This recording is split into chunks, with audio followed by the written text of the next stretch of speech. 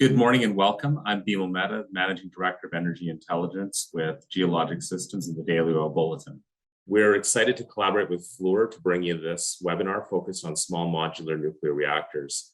This topic has generated a lot of interest over the last few months, and it's been an area of growing interest over the last few years. And it's an exciting time. We've seen some recent investment announcements just in the last few weeks, so it's extremely current. Our moderator today is David Mercer. David is currently the Director of Technology and Sustainability for Fluor Canada and serves as a member of Fluor Canada's management based in Calgary. David's a team builder with experience in business development and strategy and technology application pertaining to energy transition. In the past, he's had a whole range of roles covering process engineering, control systems, and HSE and design. David has engineering education from St. Mary's University and the Technical University of Nova Scotia, and a Master's of Applied Science from Dalhousie in collaboration with Delft. So over to you, David. Thank you very much, Bemal, and good morning, everyone. It's great to have all of the participants on the call here this morning. And I'd like to welcome you to our panel discussion on the topic of small modular nuclear reactors, or SMnRs as we know them, in the Canadian economy. Now, we've decided to really lead the conversation on SMnRs in the Canadian economy for a couple of key reasons. Certainly, the significant amount of interest that Fluor has experienced in this space, the interest in how SMnRs may be integrated into oil and gas facilities, and also, as Bemal has just mentioned, the recent announcement by the federal government in support of SMnR development in Ontario, which we're going to discuss with the panelists shortly. But before we get to that, when we consider the role and that future role of SMnRs in the Canadian economy, there's really several things to consider, such as the choice of technology, the scale of adoption, the needs of First Nations communities in project developments, the ability to co-locate SMnR facilities within existing facilities, and the level of social adoption, and that's just to name a few. So with all these things being considered, it's really easy to see that the best course of action for approaching an SMnR project in Canada isn't straightforward. So here with me today to unpack some of these opportunities as we see them and challenges, and provide some advice from their own individual perspectives, we have four panelists here with us today. First of all, we have Andy Hayward. Andy's the Director of Advanced Reactor Development for New Brunswick Power and has been at the Point Lepreau Nuclear Generating Station for 15 years in various managerial capacities, most recently as the Chief Nuclear Engineer. Prior to that, Andy served in management capacities in the specialty cellulose industry and conventional power generation. So welcome, Andy. It's fantastic to have you on the call and joining us here today. Secondly, we have Jeff Bonham. Jeff's a project director at Fluor Canada, and Jeff has 18 years of electrical engineering, field engineering, contracts, and project management experience. His experience spans small and large-scale capital projects, and over these past 2 years, Jeff has particularly applied his breadth of knowledge to lead the implementation of Fluor's nuclear energy strategy in Canada. So welcome, Jeff. It's also great to have you on the call with us here today as well. Now, before I introduce the next two panelists, we have two multiple choice polling questions, as we customarily like to do. And the reason we do this is because the responses that you provide will give some context to the panelists. So when we get into the Q&A session, they'll be able to keep these responses in mind and gear their responses accordingly. So Jen, if you wouldn't mind popping up the first question here, we'll put it up on your screen and we will ask you to respond to this. And as you can see, the first question is, which sector or industry best describes your business?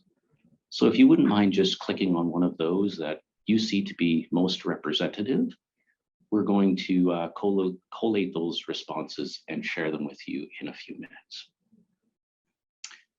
And while we're doing that, I'd like to move on and introduce our next two panelists, and I'd like to move to Terry Jamieson. Terry has over 40 years of experience in the Canadian nuclear industry, both in the private and public sectors. Following a 25-year consulting career, he joined the Canadian Nuclear Safety Commission, or as we know it, the CNSC, in the role of Vice President of the Technical Support Branch, where he managed a team of 300 scientists and engineers devoted to safety, security, and safeguards in the Canadian nuclear industry. Terry holds a Master of Applied Science in Nuclear Engineering from the University of Toronto, and he's also a Certified Advanced Technology Manager and is a Fellow of the Engineering Institute of Canada. So Terry, like the others, it's fantastic to have you here and welcome. And finally, I'd like to introduce Jim Ward. Jim is a member of the Natawaganeg First Nation and is the General Manager of the North Shore Mi'kmaq District Council, or as we know it, the NSMDC. And that's located in the province of New Brunswick. In this capacity, Jim and his team are undertaking, developing, and negotiating opportunities in the clean energy sector in New Brunswick. Furthermore, Jim and his team work in First Nations communities to develop and implement comprehensive technical service delivery strategies, to further develop skills and capacities, bridge current skill gaps, provide effective training, and work toward the future prosperity of these communities. Now, Jim is a member of the Indigenous Advisory Council for the SMR Action Plan, and also he's a member of the SMR Action Plan Leadership Table. Finally, Jim's also a member of the Atlantic Clean Energy Alliance. So Jim, I'd like to also welcome you. And like the others, it is just great to have you here with us today. And we've got this fantastic panel lined up for what I think is going to be a very, very interesting conversation on this topic. Now, Jen, if you wouldn't mind, let's share with the audience the results from polling question number 1. So if we just scan down through, we can see that we've got a fair number of folks on the call who are in the oil and gas integrated space, along with the upstream area, and to a slightly lesser extent, the refining and marketing space. So thank you very much for sharing that, Jen. That gives some good perspective on the participants on the call here today. Now, while we're doing polling, Jen, if you wouldn't mind putting up the second multiple choice question, that's going to pop up. Here we are. In regards to interest in today's conversation, we'd like to know which aspect of the conversation today is of most interest to you. So if you, again, wouldn't mind choosing one of the multiple choice questions, we are going to broadcast the results of that in just a few moments as well. So in the conversation today, I'd like to touch upon several key themes as we have them outlined here, having significant relevance when it comes to SMnRs in the Canadian economy. And the first one that I'd like to begin with is the topic of international perspectives. And the reason I wanted to touch on this to get us started is really one of the key interests for the clients that we serve. And this relates to activities around SMnRs in both the US and Europe. And I think the reason that we are seeing interest in this type of question is it sometimes can provide Canada insight into what other countries and other jurisdictions are pursuing regarding SMnRs. So my first question for the panel, and it's quite a broad one, what as Canadians can we learn from these developments? So Jeff, I'm going to start this one with yourself, and I'd like to ask you, what are your thoughts on this very theme and this very topic, if you wouldn't mind?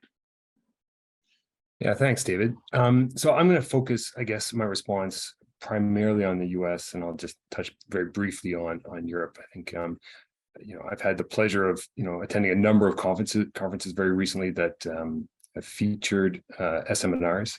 And the last two in particular, there were delegates from the US that were talking about what's happening south of the border in regards to their strategies for the deployment of a new nuclear industry. And really, the U.S. is looking at SMnRs as a mechanism to sort of replace coal-fired generation, and so through that process, they've been quite deliberate in the way that they've kind of been looking at it, and they've identified close to 315 potential sites for locating SMnRs, and those are at either decommissioned coal-fired power plants or at coal-fired power plants that are targeted for decommissioning.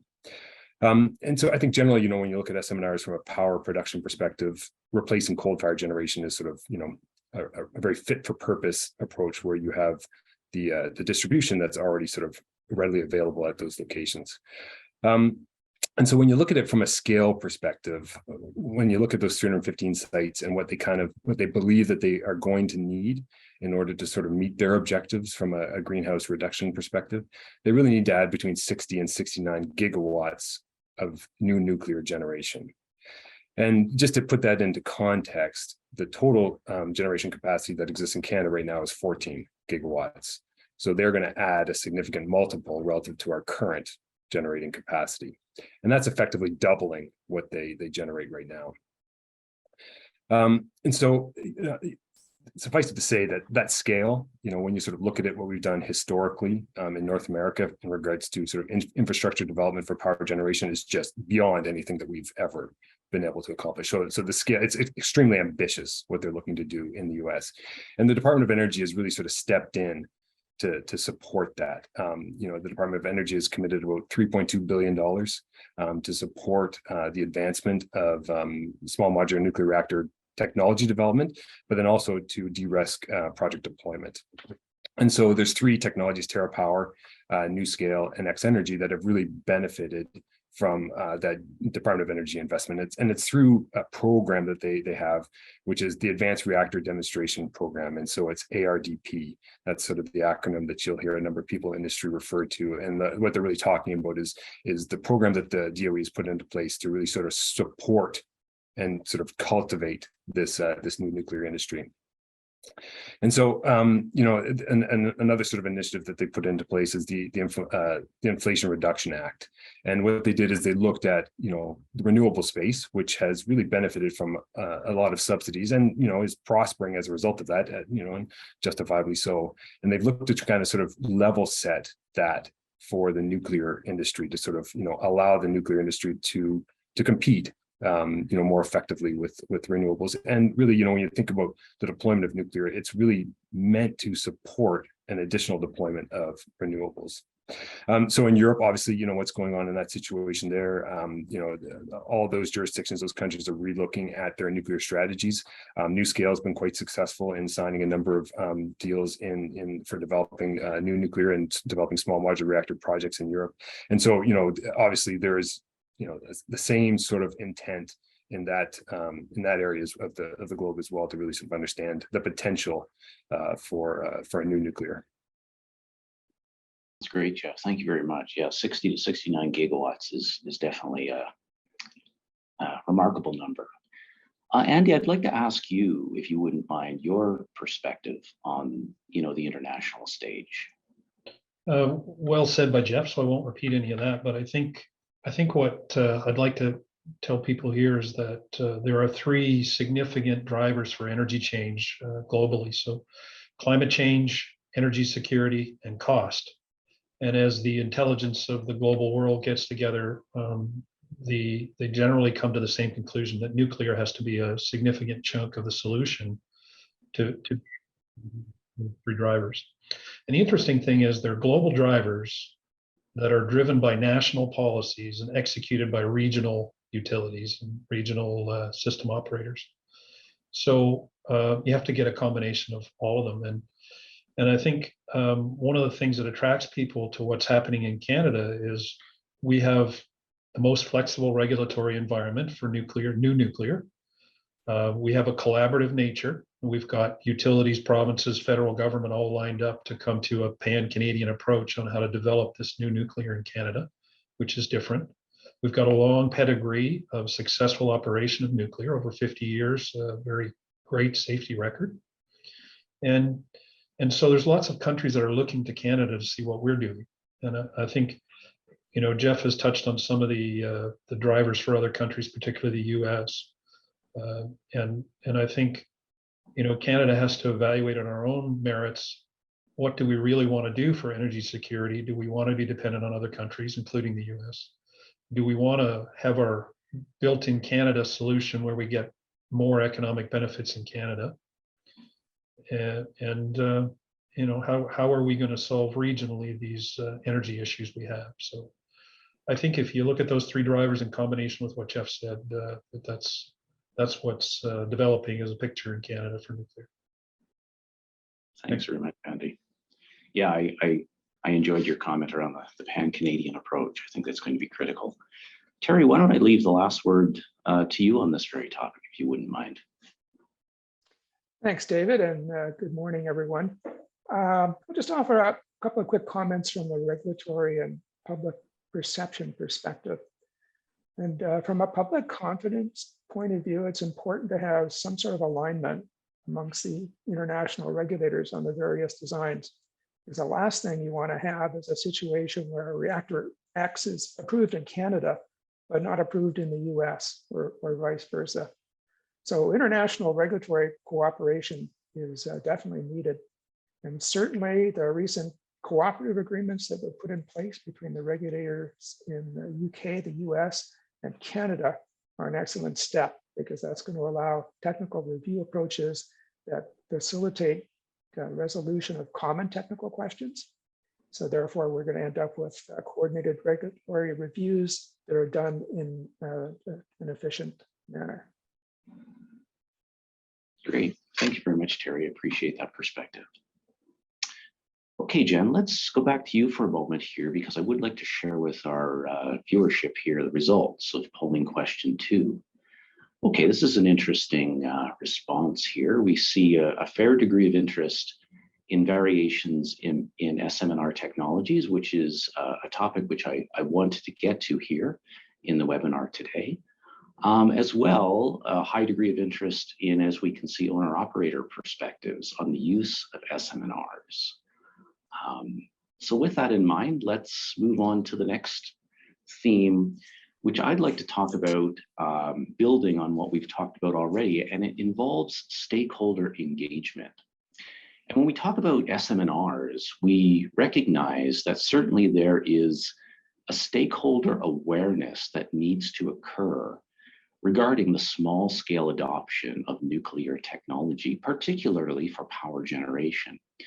So given this is squarely in your area of business, Andy, I'd like to ask you, what can you tell us around what should that narrative look like or sound like when we think about the requirements for stakeholder engagement in SMnRs?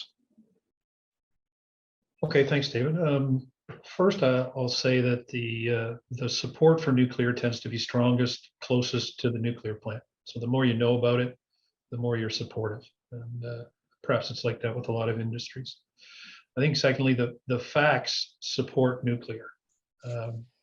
So education's key. If you look at facts, it's the safest energy generation source. It's the lowest greenhouse gas production. It takes the smallest footprint. It has the least use of metals and minerals. So, the education case is very strong. And I think, historically, we've suffered a little bit. A lot of the nuclear plants are run by crown corporations who don't market. We're terrible at marketing. So a small but loud anti-nuclear voice tends to dominate the news. And so, I think the biggest thing we can do is just provide people with information, and in whatever form we can. We're trying to get into school systems, to educate, around that middle school level, so those people can educate their parents as well. And it's really all about education and getting our story out. And one last thing I'll tell you as well is, nuclear people tend to talk to nuclear people. When somebody else asks us about the nuclear industry, the first thing that comes out of our mouth is, we're safe. It's so automatically with human psychology, people start to wonder, is that true? So we have to change our own narrative. We have to start talking about being an energy solutions provider and being cost effective and so on, as opposed to jumping to, don't worry, we're safe. So back to you, Dave. Yeah, those are very good perspectives, Andy, and I appreciate you sharing those with us. I mean, education and marketing oneself in the space certainly to me sounds like areas of opportunity and areas that we should be doubling down on as we continue to develop this very important area within Canada. Any of the other panelists choose to comment on this point before we move on? Yeah, I think, David, we've had the opportunity to talk to a number of operators and then potential operators who are really sort of trying to understand the challenge that they're going to face if they were to move into a jurisdiction that does not have an existing nuclear industry. And how do you go about building that social license? What's the strategy? And I think Andy sort of keyed in there on education and really sort of being able to provide the facts and be able to provide the facts in a forum where those facts can be challenged, and that discussion can occur.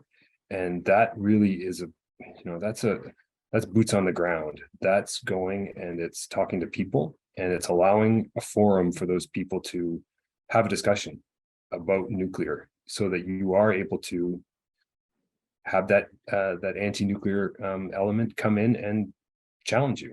And it's it's really going to be nuclear standing on its own merits. And people are smart. I mean, they're going to draw their own conclusions. And if you've got that narrative cultivated in a way that is compelling, and to Andy's point, starting with just saying, we know you think we're dangerous, so we're safe.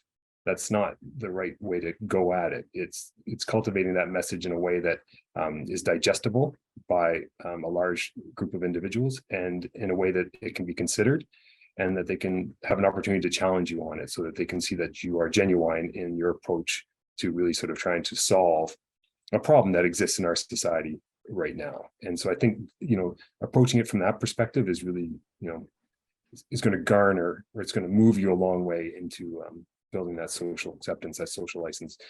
But that takes a lot of effort, and that takes somebody to sort of move that agenda forward. And it's who's going to take on that task to really sort of if we are looking for example in Alberta to sort of try and build that social license, who's responsible to do that is kind of part of the question we need to answer as well. Very well. Well, thank you both. Great dialogue on that one. I'd like to just dive in a little bit deeper on the topic of stakeholder engagement and talk a little bit about First Nations engagement. And, we all recognize that there's certainly a need to engage and include First Nations communities in such project developments. So I'd like to hand the mic over to Jim. And Jim, I'll ask you to share a little bit, if you wouldn't mind, about the NSMDC's vision and how you are supporting these SMnR developments, please. Good morning. I'd like to add that, like I said, it's been approximately 3 years that our tribal council has been involved in nuclear space in New Brunswick. Like I said, it was an opportunity that for us, like I said, it was a stakeholder engagement with NB Power, wanting to look at supply chain opportunities for First Nation communities. So we had two companies, Moltex and ARC here in New Brunswick, that are developing the technologies for SMRs. And like I said, we've had some discussion afterwards, because for us in our communities in New Brunswick, like I said, we've lived with nuclear for 40 plus years. And so like I said, we're not shy and are not against nuclear. We haven't been involved. So again, from the discussions, those early discussions, like I said, sure, we'd like to be a part of the supply chain, but we want more than that. We want to talk about equity positions in your company, equity positions in your technology. Like I said, what happened since then is, like I said, we've had both those companies, Moltex and ARC and NB Power, working with us and recognizing those kind of needs and those requests. And I think, like I said, it just, from our point of view, is that we've got leadership involved and they support it. They see the opportunity, because this could be, like I said, in New Brunswick, where we're a have-not province, where, like I said, New Brunswick could be an energy leader, and that we could be a participant in that. And like I said, to help us grow our economies and for our communities, because like I said, we don't have a lot here in New Brunswick. So again, it's growing our economies, growing, like I said, we're in New Brunswick. Another aspect is the older demographic. Our First Nation communities are the opposite. We have a lot of young people, and that they're the workforce of the future. So if industry would work with us, like I said, we can help fill those roles that we're going to need to grow the industry. And like I said, so what we see is, like I said, working with the feds, private sector, NB Power, to like move this file forward, because it's going to take all of us working together. And like I said, the benefit makes sense. The next steps are, like I said, what Andy mentioned before, is the education. We need to go further into communities, into the schools, to talk about nuclear. And like I said, the real aspect of what it means to, like I said, emissions, because like I said, we do have like steep goals that we have to meet in 2050 to reach carbon neutral, carbon emissions, zero carbon emissions. So like I said, we understand that. And like I said, for us, one of the novel and unique technologies Moltex is doing is recycling used fuel for their fuel. And I think, like I said, that's the whole recycling aspect. That's something that we can understand. And I think, like I said, it could be a key technology moving forward for the industry. That's great, Jim. Thank you. It sounds like you and your team there are certainly elevating the degree of collaboration, which is certainly fantastic. So congratulations to all the good work that you've been doing with your team in the province of New Brunswick. I'd like to pivot the conversation now to the topic of technologies, and realizing this was one of the key areas of interest, I wanted to move the discussion over to Terry. And Terry, you know, for the listening audience that we have on the call here today, I'm sure they've heard a variety of different technologies be mentioned. And there are a lot out there, we know that. But could you describe for our listening audience some of the key differences between a few key types of small modular nuclear reactors? And ones that we hear of fairly consistently is the molten salt reactor, the high temperature gas cooled reactor, a light water reactor, or maybe even a sodium fast reactor. These are all different types, but I'd like to hand the mic to you to give us a bit of perspective on the differences between some of those technologies, if you wouldn't mind. Sure, David, and you're quite correct. There's a very large number of variants out there in the marketplace right now. There was a recent International Atomic Energy Agency publication that listed over 70 designs. So I can sympathize with people trying to understand what's out there and how are they the same and how do they differ. As for the various SMnR reactor technologies, you can generally characterize them by the materials they use for the coolant and moderator, the form of the fuel, whether it's solid or it's dissolved, and the neutron spectrum. So if we look at the four main types of SMnRs on the market today, we'll start with the light water reactors, or LWRs. And in this category, the designs resemble traditional power reactors, the installed base around the world right now. And they use light water as coolant and moderator in either a pressurized water design, examples here being the NuScale and Holtec designs, or in a boiling water design. And the good example there would be the GE Hitachi BWRX 300 that's being constructed at Darlington right now. And these SMnRs are essentially scaled down versions of existing larger scale power reactors. They're fueled with uranium oxide, so a solid fuel, and typically less than 5% enrichment. The main benefit of the LWRs in the SMnR space is they can rely on the extensive reactor and fuel operating experience from their larger cousins. And of course, the new generation combines some important safety enhancements. So all the SMnRs, by the way, are designed to be walk-away safe. Next, let's have a look at the molten salt reactors, or MSRs. They're graphite moderated, so a solid moderator, and molten salt cooled. Again, the fuel is about 5% enriched and is either dissolved in the coolant salt or is in solid particle form. And examples here are Terrestrial Energy's IMSR design and the Moltex design. The main benefits of MSRs are that fission products can be removed or fuel added while the plant is operational, so you get a little more flexibility in how you operate. And as Andy has said, they can be used to burn existing spent fuel. The third type would be sodium fast reactors. And SFRs use liquid sodium metal as the coolant. And the uranium fuel is in metallic form with an enrichment of about 15%. And the fast part of SFR comes from the fact that the fission reactions are caused by neutrons, which have not been slowed down significantly by a moderator. And examples here are the ARC 100 and Natrium reactors. The main benefits of SFRs are very high thermal efficiencies. And in the case of the ARC reactor, you can have up to a 20-year fuel life. And again, as Andy mentioned, they can be used to burn existing spent fuel. And finally, we have the high temperature gas cooled reactors, or HTGRs. Again, graphite moderated, but these are gas cooled and with an enrichment of about 15%.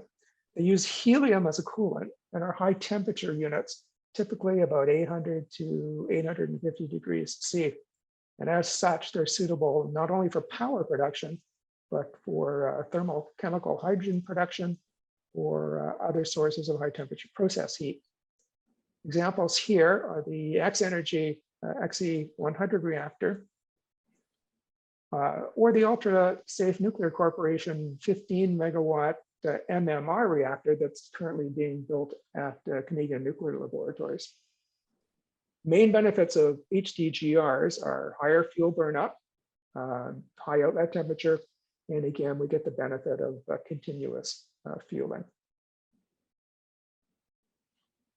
Okay, that's fantastic, Terry. Thanks for that overview. You know, one of the things you had touched upon there, and maybe I'd ask you just to elaborate on it briefly for our listenership here, is you made the comment that they are walk-away safe, and there may be some panelists wondering what you mean by that. Could you just take maybe a brief 30 seconds and describe what you mean by quote unquote walk-away safe for our listeners?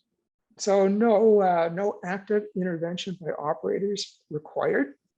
Now, there would always be operators there, they would intervene, but if for some reason they could not, the plant is capable of regulating the nuclear reaction, shutting the reactions down, and keeping the fuel cooled. And these new variants typically use fuel that are very resistant to accidents. The enriched fuels in particular use a form called TRISO, which basically does not allow any of the fission products to escape at the normal post-accident temperatures that would be encountered.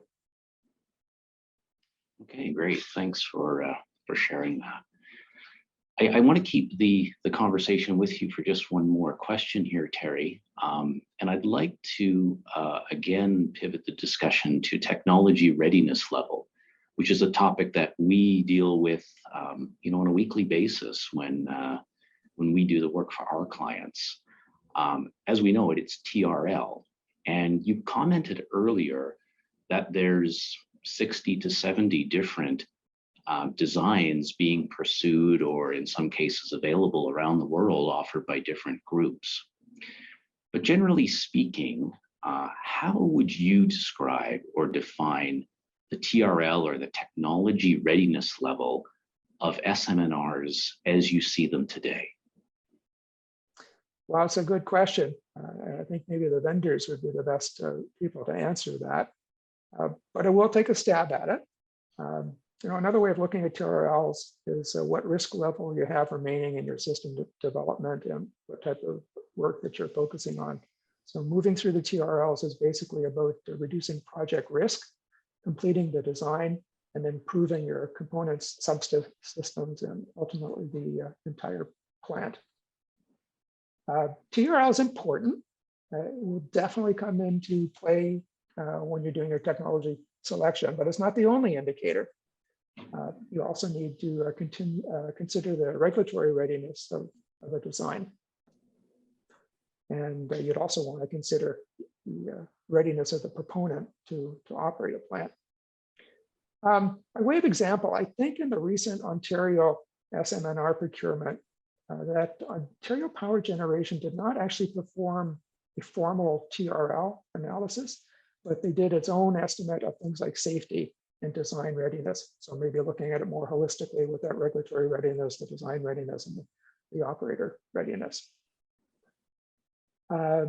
So those various readiness indicators all go hand in hand. Back to the original question. For the three countries that I've mentioned, the US, Canada, and the UK, there's about 12 reactors that are in various stages of regulatory review.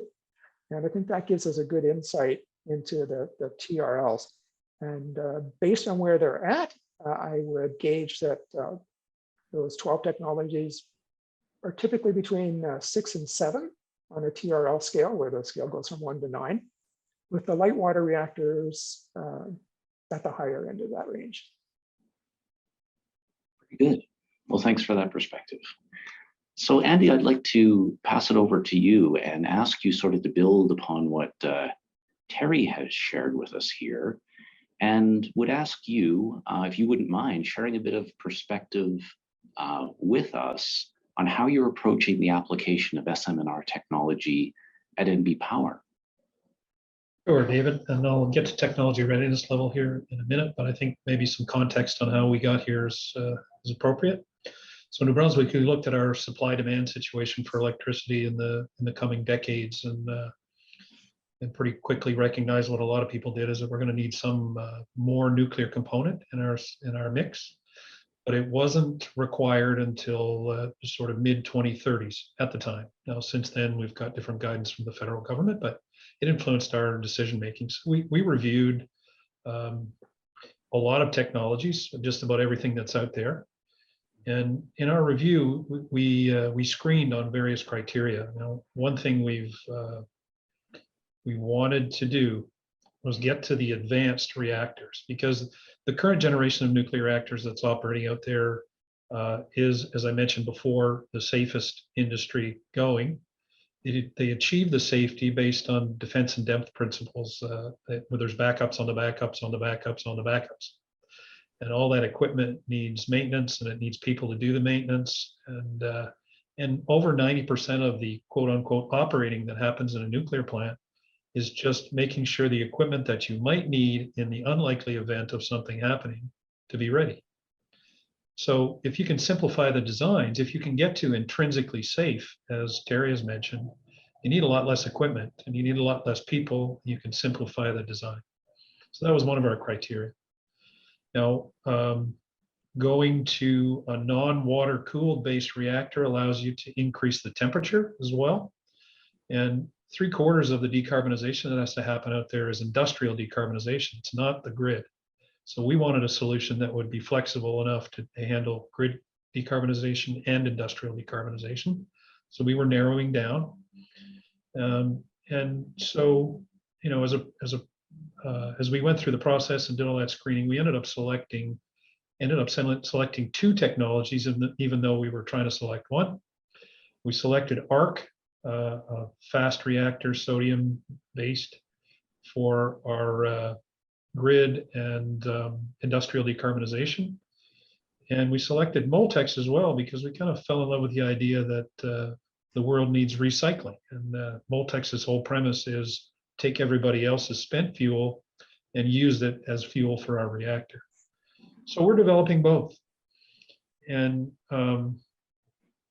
that's kind of the New Brunswick story. If you look at technology readiness level, ARC is based on a prototype reactor, 20 megawatt reactor that ran in the US for 30 years and actually physically proved the intrinsic safety and et cetera. And it sits at a technology readiness level by our own estimates above 7, very similar to what Terry had just said. And most of what we're doing is figuring out how to scale up to 150 megawatts and modernize the activities around that reactor, get through the regulatory process, et cetera. And we'll be ready around 2030 with the commercial unit in New Brunswick for ARC. Now, Moltex, a little longer development curve. They're lower on the technology readiness level scale, still in conceptual design, but it's a beautiful idea and the world's going to need it at some point.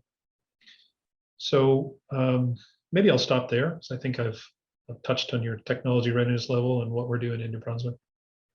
Thanks. Yeah, and that's a great news story, Andy, where you've taken that double-pronged approach to two different offerings in the industry. It's very interesting, and you guys are obviously leading the way here. That's fantastic. While I've got you on the mic here, Andy, I did want to touch upon the next theme that I think is important, and to the extent that, you know, obviously you can share, and I know this can be a sensitive topic, I would like to move to the topic of cost. And certainly it's one common denominator that I think we see in every client request that we deal with. And it relates to the cash cost of power production.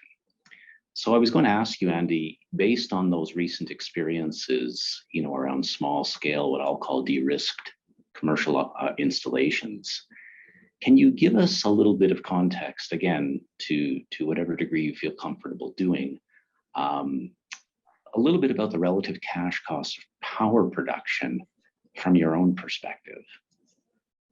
Yes, I will. However, I'm going to give you a couple of conditions first. So I think, as I mentioned a couple minutes ago, there are electricity grid applications and there's industrial applications. It's very difficult to give you estimates of cost for industrial applications because it's very dependent on, or codependent on the industry you're serving.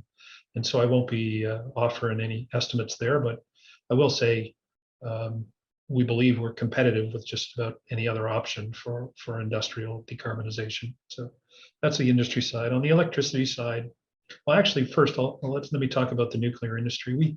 We always talk about ourselves in the full life cycle nature of our business, from the mine right through to refurbishing a site back to its greenfield nature. So we're always talking about full life cycle and put money aside for decommissioning from day one.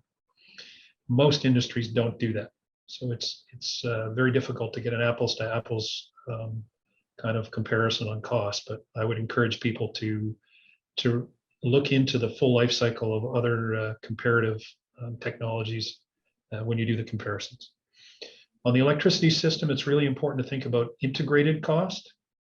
And it's one thing not to pick on wind, but let's say you've got wind electricity production, which is available somewhere in the order of 30% of the time.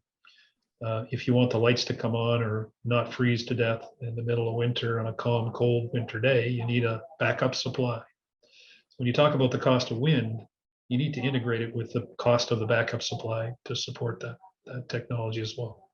So nuclear is a 24/7 available high capacity option, doesn't need backup. So integrated cost is really important. And the capacity is important along with the generation numbers as well. So with all those conditions and background information, I think a single or electricity supply with nuclear is going to get to the $100 a megawatt hour mark. I get chastised for giving numbers all the time, but I'm giving you one. It's going to hit. That's kind of the number we're looking for. And when you compare it to other 24/7 available energy sources, I think you're going to find it's very competitive. And once you get into cogeneration and if you can find compatible technologies and industries to mix with it, the cost will get driven down even more. So I will leave that there. I'm happy to answer questions. People will have my contact information if they want to pin me down more than that. That's all I'm giving you. Thanks very much, Andy, and I really do appreciate you sharing what you have, because as I said, I know it can be quite a sensitive topic. You know, Terry, having spent 40 years in industry yourself, do you have any further thoughts on this particular subject that you'd be willing to share? Well, cost is certainly a tricky question right now, and I do realize there's a large pent-up demand from prospective users for that information. But to be honest, I think that there's probably only a handful of utilities who currently have projects underway or in very mature stages of discussion that can really address this with any certainty. It's quite easy to go out in the literature now, and you could look at cost estimates for levelized electricity costs, a factor of 2 variations. Great variations also between regions, if you look at some of the US data. So you got to be careful. You know, Andy brought up this apples and oranges comparison, and the cost estimating business is really prone to that, because if you look at different sets of numbers, it may not in fact be an apples to oranges comparison that you're looking at. I'll agree with Andy on the target number that's out there. $100 Canadian per megawatt hour of electricity, I think, is a target that will be achieved. Certainly once you start introducing any sort of carbon credit into the cost equation, recent Nuclear Energy Agency studies have shown that it doesn't take a large carbon credit before nuclear is not only cost competitive, it's in fact your economic better choice. But you need to be careful on making public comments about costs. And my warning there is, if you go out with a cost estimate early, and maybe you're just talking about the reactor at that point, but then later on, you've got your full project costs and those full costs that Andy talked about, the entire life cycle. If you quote those numbers, you're probably going to get criticized. You know, it will look like your cost doubled. They haven't really gone up, but you have mishandled the messaging, and messaging is really important in the nuclear industry. And there's many past and present examples of that. And I think the last comment I'd like to make here on cost is going to center around the so-called first of a kind versus nth of a kind costs. And to be clear, small numbers of SMnRs cannot offer the economies of scale of the larger units. But once sufficient numbers of SMnRs have been built, they can offer the economies of multiples. And that's what SMnRs need to work towards. Now, these multiples, they have to be standardized built. In the past, starting to tinker with your standardized design has always resulted in cost and schedule difficulties. And in terms of numbers, before you get to the nth of a kind endpoint, you're probably looking at least 10 of any one particular design to be built before you can truly recognize those economies and multiples. I'll just add a little bit to that. That's all. I agree 100% with everything that Terry and Andy have said. When you sort of look at it from a deployment perspective, the size of these SMnRs from a TIC, you know, when we sort of talk about it related back to an oil and gas sort of scenario, the TIC is in a range that we, you know, as a EPC would be very comfortable executing and providing cost and schedule certainty as you move towards that end of a kind deployment scenario. Whereas, you know, in order to sort of capture the cost reductions that you can achieve at scale, the size of those projects, there's a significant amount of risk, and history has shown that we don't manage those mega projects all that well. And so as a result of that, I think the nuclear industry, unfortunately, has been somewhat tarnished in regards to the data that they put out from a cost and a schedule perspective into the public domain. And there's not a lot of trust and faith in those numbers. And so I think, one of the challenges that OPG is going to have with Darlington is to be able to demonstrate that they're able to do it with cost and schedule certainty, which will eventually, hopefully, build trust in the numbers that the nuclear industry is quoting in the public domain. Very good. That's very good perspective from our panelists on that topic.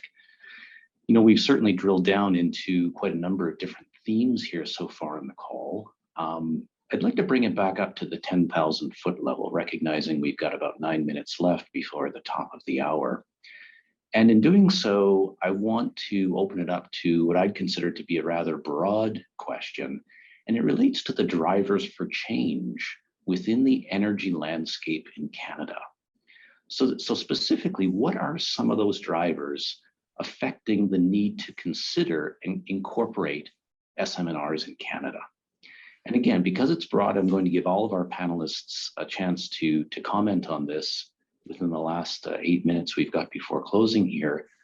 But Jeff, maybe I could start with you while you've got the mic. If you've got a few thoughts to share on this one, we'd appreciate it. Yeah, so kind of like the way we opened the discussion, you just look at it from the US, but then it's obviously reflected back in Canada. One of the main drivers is meeting our 2050 targets and reducing our overall GHG emissions when you think about it from, a power production perspective, but then also when you think about it from an industrial use case perspective, there is an opportunity for SMnRs to contribute significantly for us to achieve that goal. And then the other is just the electrification of the nation. I mean, our nation is going to grow and we are going to move to EVs. We're going to move to a number of different elements where electricity is going to become the source of power for to sort of power a number of the sort of changes that we're going to need to deploy in order to complement any other sort of strategies that we use, like carbon capture, utilization, and storage, in order to try and reach that decarbonized 2050 goal. And so how do we sort of do that in a decarbonized way? How do we do that with a technology that is going to allow us to achieve that that need for power, for electricity generation in a decarbonized fashion? So that dual challenge is significant. When the Canadian Energy Regulator took a look at that, and they sort of forecasted out to 2050 to really sort of try and understand what technologies were going to be available at that point in time, and the extent to which they were going to need to contribute to that overall generation stack. And so you're really looking at renewables, wind, solar, biomass, geothermal, which were those, and sort of coal-fired generation is going away. But then you've got natural gas-fired generation, you've got natural gas-fired generation with a CCUS on the back end, you've got hydro, and you've got nuclear. And I mean, that's essentially the stack that's going to exist in 2050 as well. They're just going to contribute at different percentages to the overall total that's going to be required at that point in time. And so how do you sort of balance that in a way that you can achieve your GHG reduction targets? And so when you look at Canada, in terms of forecast, that same body took a look at, what are we going to need in 2050 from a generation perspective? We currently have between 500 and 600 terawatt hours of generation right now. And, it's a big range. They're kind of saying we're going to need to double, or we're going to need to triple that. And so when you look at those, what that means to us, if we're talking specifically about nuclear here, nuclear represents about 14% of that 500 to 600 terawatt hours of generation capacity in Canada right now. If the sort of, you sort of take a look at the different scenarios where they weighted these different technologies in different fashions, you kind of look at what the net, sort of the average is that, or the median is of that. Nuclear sort of comes out about 24% of that sort of net generation stack. And so what that means to us is that we effectively would need to add between 60 and 100 300 megawatt builds, 60 to 100 Darlingtons, what's happening right now between now and 2050. And so the cost of that is obviously huge. I mean, you're talking, 120 to $220 billion in spend. I think Andy said, the target for Darlington and the target for ARC in New Brunswick is to be commercialized by 2030. And so in order to sort of achieve that kind of scale, we need to be adding 2 of these reactors a year between now and 2050. So the challenge is significant, and that's just to get to the 24%, and that's just to address the power side of the demand. That doesn't address what Andy talked about, the other 85%, which is industrial use applications. So, the challenge is real. And, I think it's going to need all of us to mobilize in order to be able to sort of move ourselves in that sort of direction. Whether or not that's possible is a whole other conversation that we could have, because I'm sure there's lots of opinions on that.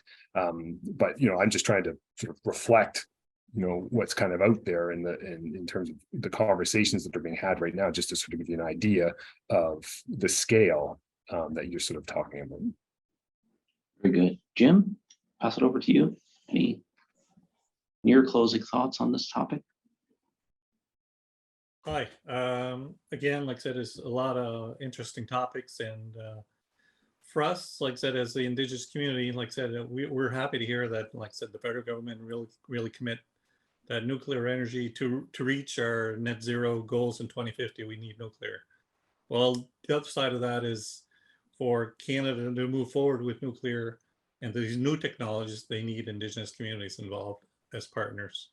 And like I said, so we're reaching out to the private sector, to governments, is that, like I said, with our communities, with our younger generations coming up, we're the future workforce. We're the new partners that want to work with you to, like I said, really move this forward. And like I said, we're in a great situation here in New Brunswick. We have, like I said, Moltex and ARC that have reached out to our communities early on in the process. And like I said, showing that they're willing to be strong, great partners working with our communities. So again, that's, like I said, I think, like I said, that's how I feel and how we're moving forward in New Brunswick. Fantastic, Jim. Andy, I'm going to leave the last word to you on this topic, recognizing that we've just got a couple of minutes left here. Sure, I'll be quick, and I'm going to answer 3 of the questions from the audience at the same time on the same topic. So we talk about something like an exclusion zone in the nuclear industry, which is what impact might you have on the surroundings if a disaster happened at this, not a disaster, but a unlikely event happened at these nuclear plants. In the advanced reactors, the exclusion zone is basically the fence. So one question was about integrating with industrial activities. You're talking about tens of meters of impact in exclusion zone. So as long as there's a piece of property about the size of a Walmart parking lot in and around the industrial site, you can integrate. What do we have to do to, what drivers are there for enabling this change? We need financing from the federal government, which includes capacity building, like Jim mentioned, low interest loans, tax credits. The federal government's starting, they haven't got all of it yet. We need impact assessment streamlining. Any industrial project is taking like 6 years of impact assessment, which is not going to be palatable if you're trying to do 2, 3, 4 of these a year, every year for the next 30 years. We need every one of these advanced designs has different waste and fuel than we're used to in Canada. So we need the federal government to cooperate on how we deal with waste and fuel. And I think there's a question in there about percentage of cost of fuel. It's something in the order of 10%. So it's almost all people once you get into operating, the cost of operating a nuclear facility. So there, rapid fire answered a few questions and contributed to your drivers. Back to you. Thank you very much, Andy. So to all our panelists, Andy, Jeff, Terry, and Jim, I'd like to thank you kindly for your time today. I think it was a very, very interesting talk. I'm going to turn it back to Bemal Mehta to close us out here today. Bemal? Great. Thank you, David, and thank you, panelists. This was an outstanding conversation today. To the audience, thank you for being a part of this. This webinar will be recorded and be available for you to access in the coming days and weeks. And we'll continue to work with the Fluor organization to, illuminate more issues around this topic and help move SMnR forward in our country. Bye for now.